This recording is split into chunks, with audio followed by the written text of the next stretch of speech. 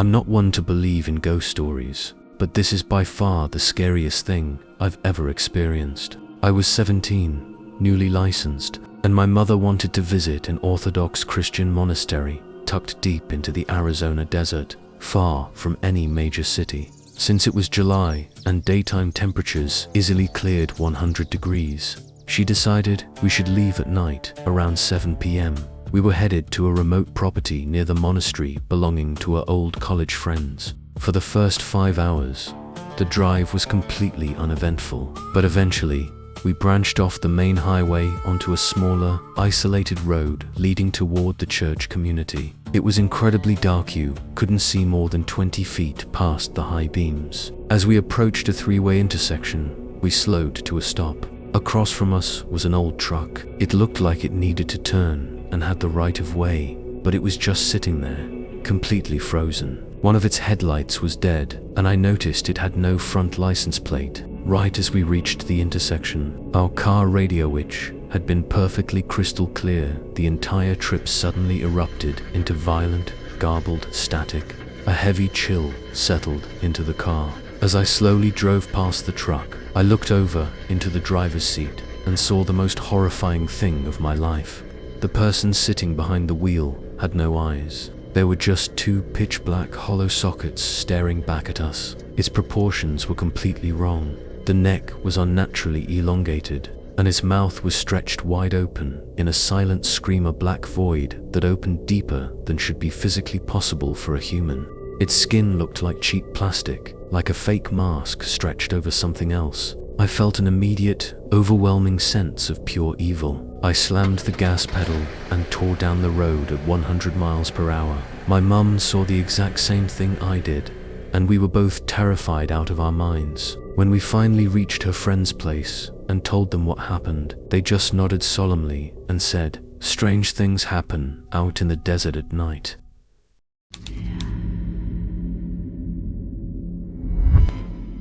I live in Southern California, right on the edge of the deep desert. In my younger days, my friends and I used to go to illegal desert raves. These weren't normal parties. You weren't given an address.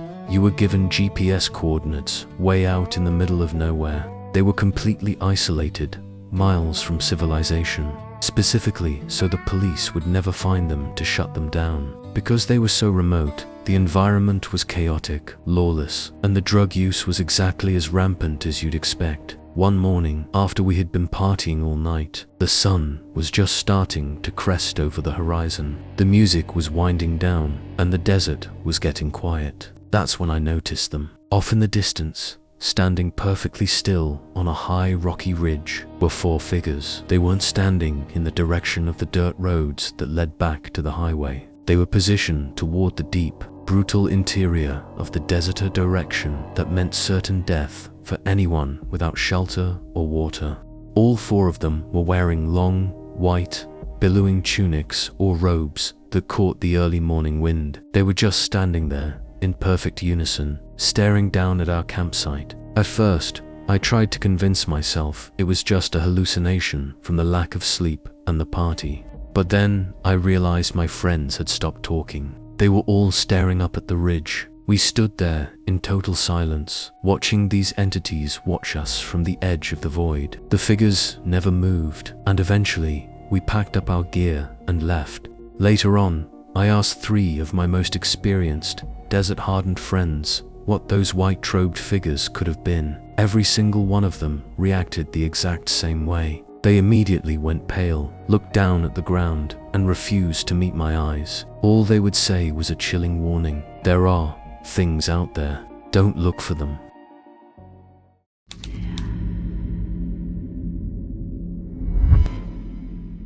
"20 years ago, my older brother and I were working a landscaping job in northern Arizona. I was 15 and he was 19. We'd get off work around 7 p.m. and take a 45-minute commute home. Along the way, there was a rugged dirt road that cut 20 miles deep into the empty desert, a spot mostly used for dirt bikes. We used it as a safe haven to pull over, park between two hiding hills, and smoke weed away from prying eyes. We had done this at least 30 times before, We never went back after that night. We parked, and I started breaking down the weed to roll. My brother was talking, but I wasn't really paying attention until his voice suddenly shifted. "Did you hear that?" he whispered. We both froze. For a split second, a strange, high-pitched, tinny sound cut through the air. Then total, absolute silence. The desert at night is actually incredibly loud, with insects and wildlife, and the sudden absence of it was deafening. 5 seconds later, my brother gasped, slammed his foot on the gas, and tore out of the desert like a lunatic. I was bouncing all over the passenger seat from his reckless driving, screaming, "What the hell?" He said nothing. When we finally hit the main road, the headlights of a passing car illuminated his face. He was deathly pale. His eyes were wide with pure horror, and his mouth was hanging open. I had never seen him so terrified. He didn't stop driving until we reached a well-lit McDonald's parking lot back in town. The moment he put the truck in park, he broke down and started crying. After a few minutes, he looked at me, sobbing, and asked if I remembered. I told him, "Remember what? We were out there for 5 minutes before you drove out like a crazy asshole." He shook his head and whispered that it had taken me. I looked out the window. The streets were dead quiet. I spotted a billboard clock nearby. It read 11:11 p.m. More than 4 hours had vanished in what felt like seconds to me. My brother explained that a creature naturally tall and thin with massive, solid black eyes had suddenly appeared and grabbed me right through the closed passenger window. When he reached for his pistol, his body was completely paralyzed. He said the entity told him, directly in his mind, that if he moved, I would die and he would be next. He sat frozen in absolute terror for hours while the thing disappeared with me into the blackness of the desert. Then, in the blink of an eye, I was suddenly sitting back in the passenger seat next to him, and he gunned it. My brother changed after that night. He became withdrawn, less energetic, and carries a deep shame for being paralyzed, even though I've told him he's blameless. I've thought about undergoing hypnosis to recover the memories of those missing for hours. But whenever I seriously consider it, I remember the look of sheer, unadulterated terror on my brother's face in the flash of those passing headlights. Some things are better left in the dark, but to whatever it was out there in the desert, I told the story.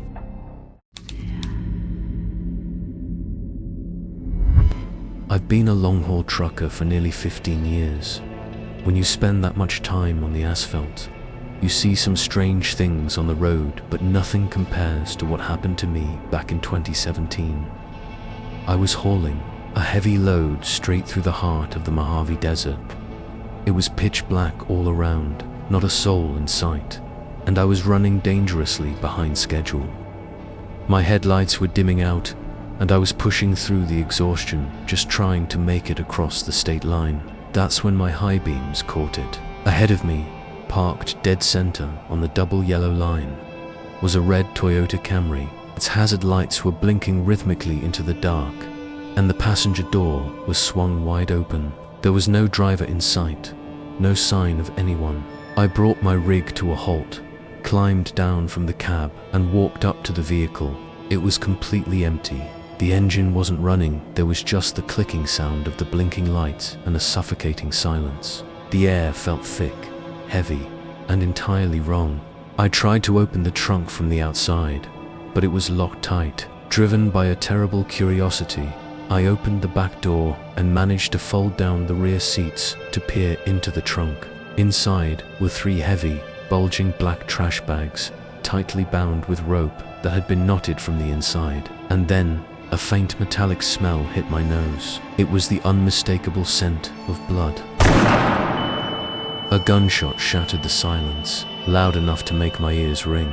I didn't think I just bolted back toward my semi. As I scrambled for the door, I caught sight of the shooter running out from the darkness of the brush. He was a short guy with bright red hair, wearing overalls and clutching a rifle. He didn't look furious. He looked frantic, desperate. He screamed at the top of his lungs for me to wait, but I ignored him, slammed into my seat, and floored the accelerator. I thought the sheer mass of my truck would protect me, but a moment later, the red Camry appeared in my side mirrors. He was pursuing me, driving like a madman, and attempting to ram his car straight into my rig. He was going to kill me to protect his secret. Just as he was about to clip my rear, flashing red and blue police lights appeared on the horizon ahead of us. The Camry instantly swerved off the asphalt, tore into the open desert, and vanished into the blackness. The police took my statement and filed a report, but I never heard back from them. I still wonder what was rotting in those bags, and how close I came to being buried next to them.